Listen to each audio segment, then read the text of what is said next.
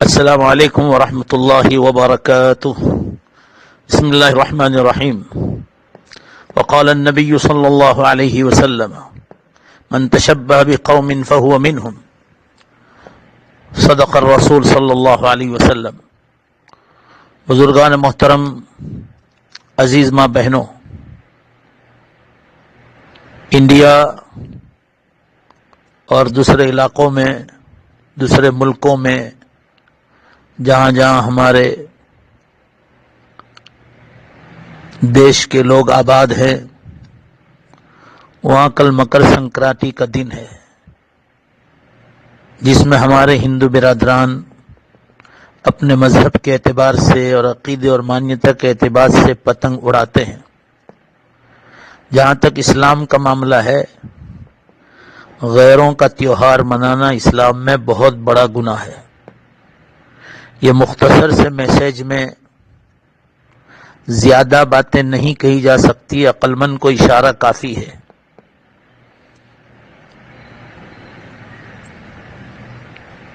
جہاں تک غیروں کے عقائد کا معاملہ ہے اور تیوہار کا معاملہ ہے، اس کو منانا بہت بڑا گناہ ہے. آپ مسلمان اللہ کی نظروں سے گر جاتے ہیں. اور جبکہ اس وقت اس میں پتنگ کے ساتھ جو دھاگے آ رہے ہیں، اس میں ایسے کیمیکلز اور دوسری چیزیں، مثال کے طور پر کانچ وغیرہ استعمال کیا جاتا ہے. بعض دفعہ کتنے پرندے قتل ہو جاتے ہیں، پرندوں کی جان جاتی ہے، گونگے اور مونگے جانور شہید ہو جاتے ہیں، ان کی بددعائیں لگتی ہے. بخاری شریف میں ایک حدیث آئی ہے، بنی اسرائیل کے ایک عورت، جس کے بارے میں حدیث میں کانت عبادتن، بہت بڑی عبادت گزار تھی، مگر بلی کو صرف ستانے پر وہ جہنم کی آگ میں چلی گئی، اس کی عبادتیں کام نہیں آئی. معلوم ہوا جانوروں کی بددعائیں لگتی ہے. جس کے دورے سے کوئی جانور یا پرندہ قتل ہوا، شہید ہو گیا، تو اس پتنگ اڑانے والے کے لیے بربادی کا سامان ہے. بعض دفعہ انسان قتل ہو جاتے ہیں، شہید ہو جاتے ہیں. ابھی بڑودہ کے پاس ایک گاؤں میں 7 برس کا بچہ شہید ہو گیا. اب جس کے بھی دھاگے اور پتنگ سے ہوا ہو، مگر ہوا ہے.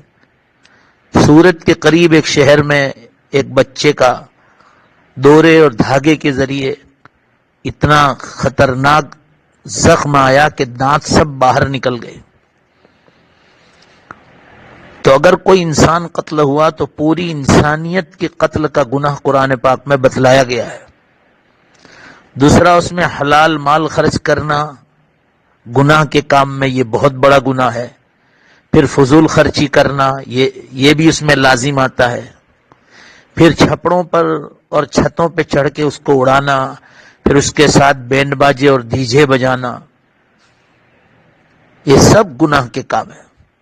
شور مچانا، ڈھول بجانا، سیٹیاں بجانا، چلا چلا کر سیٹیاں مارنا، یہ سب گناہ کے کام ہیں.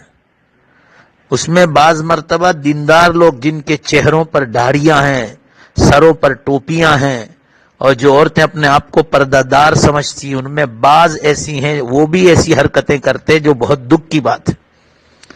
یہاں مسئلہ صرف مسلمان کا، آپ اہل ایمان میں سے ہیں، آپ ایسا کام نہیں کر سکتے. لہذا اس مختصر سے میسج میں جب بھی آپ سنیں، جلدی سے آپ اپنے اپنے ملکوں میں اس کو پھیلائیں، دوسرے ملکوں میں بھی پھیلائیں.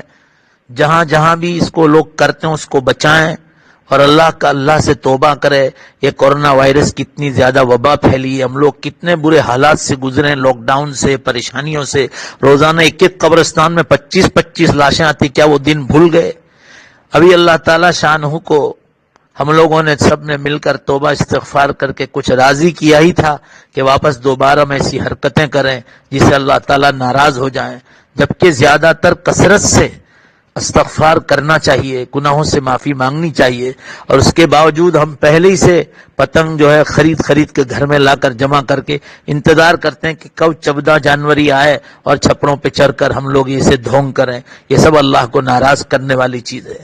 اور جو حضرات اڑاتے نہیں ہیں ان تمام لوگوں کو میسج دیجئے، چاہے وہ مسلمان ہو غیر مسلم ہو، کہ اپنی بائکوں پر اور سائیکلوں پر نہ نکلیں ان دنوں میں، اور پرہیز کریں اور سب باندھ کر نکلیں تاکہ جو ہے پریشانی نہ اٹھانی پڑے. مسلمان کان کھول کر سن لیں، غیروں کا تیوہار منانا چاہے کوئی بھی تیوہار ہو یہ اللہ کو ناراضگی کا سبب ہے. مجھے امید ہے کہ جلد سے جلد آپ اس میسج کو دوسروں تک پہنچائیں گے. اب قیامت بہت قریب ہے، توبہ کی بہت زیادہ ضرورت ہے، اور پھر ہم ایسے برے کام کریں. یاد رکھیں اللہ کی نظروں میں کبھی آپ محبوب بندے اور بندیاں نہیں بن سکتے. جلدی سے توبہ کریں.